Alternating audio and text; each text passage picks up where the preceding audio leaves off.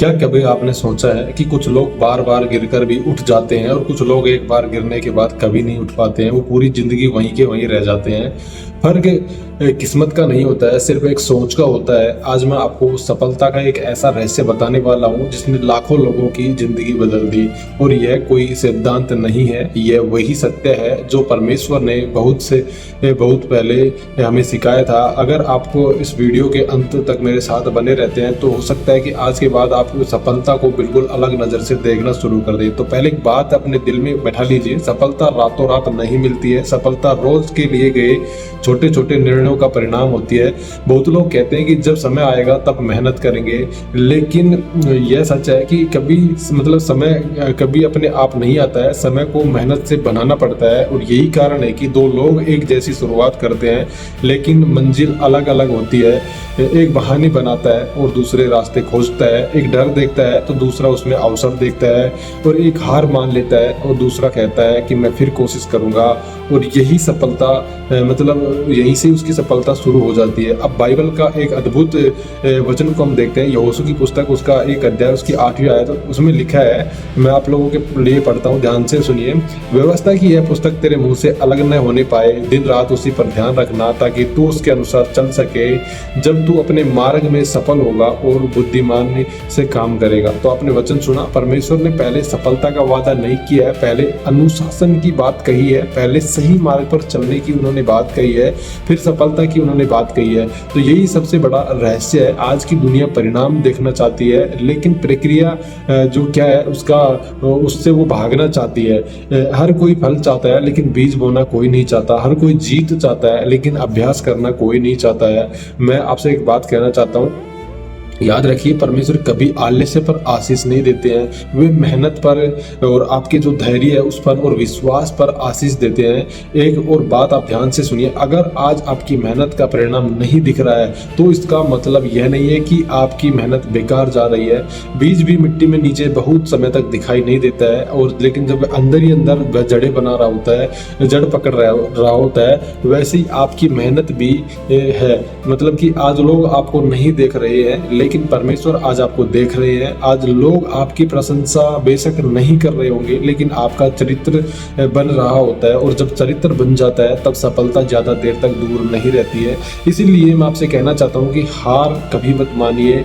आज आप बिल्कुल रुकना नहीं है, आप चलते रहना। आज बहाने बनाना छोड़ दीजिए, बस एक कदम और बढ़ाना स्टार्ट कर दीजिए हर दिन। हो सकता है आपकी मंजिल बस एक कदम दूर हो। नीति वचन की पुस्तक उसके 16 अध्याय में उसकी क्या कहते हैं ना 3 आयत में लिखा है, अपने कामों को यहोवा पर छोड़ दे, वह तेरी सब योजनाएं सफल कर देगा। इसका मतलब यह नहीं कि बैठकर इंतजार करो, इसका मतलब है मेहनत तुम्हारी हो लेकिन भरोसा परमेश्वर पर हो।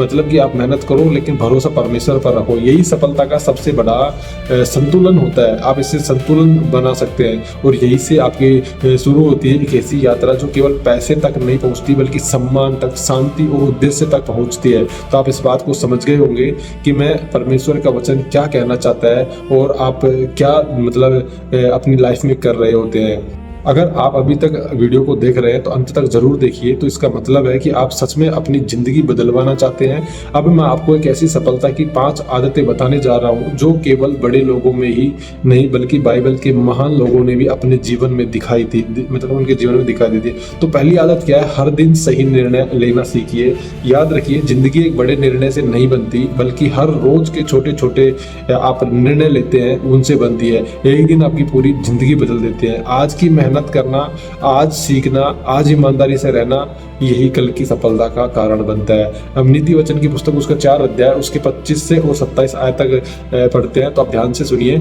तेरी आंखें सीधे लगी रहे, जब पाँव का मार्ग सीधा बनना तब तेरे सब मार्ग स्थिर होंगे। इसका अर्थ इसका मतलब क्या? ध्यान भटकाओ मत, मतलब कि आप कभी ध्यान मत भटकाओ। हर दिन अपने लक्ष्य की ओर एक एक कदम बढ़ाते जाओ। दूसरी आदत है, मुश्किल समय में हार मत मानो। जब तूफान आता है तब कमजोर लोग लौट जाते हैं, यानी कि वो अपना रास्ता बदल लेते हैं, लेकिन जो मजबूत है वो नाव को किनारे तक ले जाते हैं। आज मतलब अगर आज संघर्ष है तो इसका मतलब यह नहीं कि परमेश्वर ने आपको छोड़ दिया है। हो सकता है वह आपको पहले से अधिक मजबूत बना रहे हो।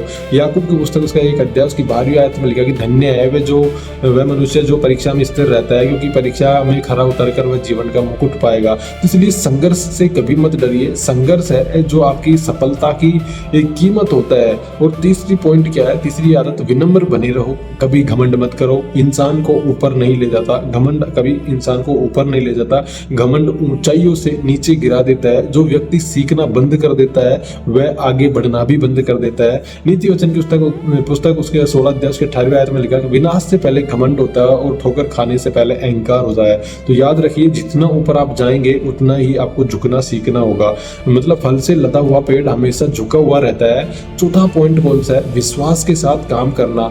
सिर्फ प्रार्थना करना काफी नहीं होता है, सिर्फ मेहनत करना भी काफी नहीं होता है। दोनों को हम अगर एक साथ करते हैं तो आपकी लाइफ में मिराइकल होंगे, क्योंकि मेहनत आपके हाथ में है और परिणाम परमेश्वर के हाथ में है। तो यानी कि हम अध्याय देखते हैं इब्रानियों की पत्री उसका 11 अध्याय उसकी पहली आयत, तो उसमें लिखा है कि विश्वास आशा की हुई वस्तुओं का निश्चय और अनदेखी वस्तुओं का प्रमाण है। तो मतलब जब दुनिया कहे कि तुम नहीं कर सकते, तब अपने मन से कहो अगर परमेश्वर मेरे साथ है तो मेरे लिए हर रास्ता जरूर बन जाएगा, जरूर खुल जाएगा। और पांचवी और सबसे महत्वपूर्ण बात क्या है, वो कौन सी आदत है, उसको मैं बताता हूँ, ध्यान से सुनिए। कभी भी अपना उद्देश्य मत भूलो। सफलता केवल पैसा नहीं लेकर आती, सफलता केवल बड़ा घर नहीं, सफलता केवल प्रसिद्धि नहीं है।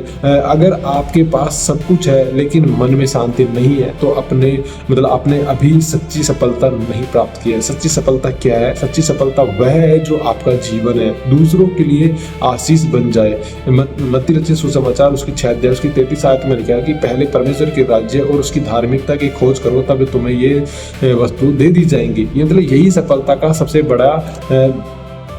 बड़ा रहस्य है। मतलब कि पहले परमेश्वर, उसके बाद में आपका उद्देश्य, फिर आपकी मेहनत, फिर आपका धैर्य, और अंत में जो सफलता आपको मिलनी है वो आज मतलब आपको सब कुछ मिल जाएगी। तो आपने समझा होगा कि आज जब यह वीडियो समाप्त हो तो आप अपने आप से केवल एक सवाल पूछना, मैं आपको मतलब क्या मैं बहाने बना रहा हूँ या अपने भविष्य का निर्माण कर रहा हूँ। अगर आपका कोई उत्तर है तो मतलब आपको ये होना चाहिए कि मैं बदलना चाहता हूँ या नहीं चाहता हूँ। तो आज से आप शुरुआत करना स्टार्ट कीजिए, कल से नहीं, अगले सोमवार से स्टार्ट नहीं करना, अगले महीने से स्टार्ट नहीं करना, अगले 15 दिन बाद स्टार्ट नहीं करना, अगले घंटे बाद स्टार्ट नहीं करना। परमेश्वर मतलब क्या चाहता है, परमेश्वर अक्सर आपको देते हैं, क्या देते हैं, मतलब अवसर आपको देते हैं, लेकिन अवसर का सही उपयोग आप नहीं कर पाते हैं। हर कोई नहीं कर पाता है। मतलब कि इसलिए आपको आज उठना है, आपको विश्वास रखना है, मेहनत करना है, सही रास्ते पर चलते रहना है और परमेश्वर पर भरोसा रखना है।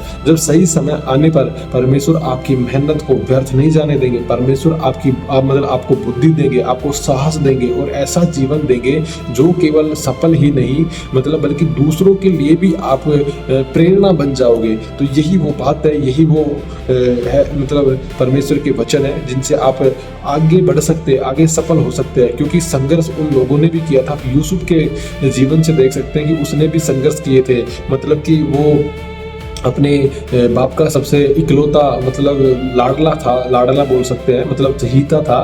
वो इतने भाई थे, लेकिन वो लोग, उसके भाई लोग उससे चिढ़ते थे तो उसको गड्ढे में फेंक दिया, फिर मिस्री के हाथ बेच दिया, फिर वो मिस्र में बेच दिया गया था, तो वहाँ पर उसको जेल खाने में डाल दिया गया। तो वो उसकी मेहनत ही थी, वो संघर्ष था उसका।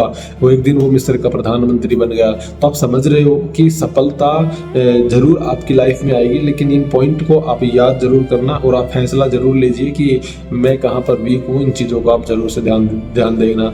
अगर आपको वीडियो अच्छी लगी तो वीडियो को लाइक शेयर करना बिल्कुल मत भूलना, और कमेंट करके बताना कि वीडियो कैसी लगी। और कुछ आप जानना चाहते हैं, कुछ सीखना चाहते हैं तो कमेंट जरूर कर सकते हैं। कोई प्रार्थना रिक्वेस्ट है तो भी आप बेझिझक आप कमेंट में छोड़ सकते हैं, अपना प्रार्थना रिक्वेस्ट है। तो मिलते हैं अगले वीडियो में, तब तक सबको जय मसीह की, गॉड ब्लेस यू। परमेश्वर आप सबको आशीष दे, आमीन।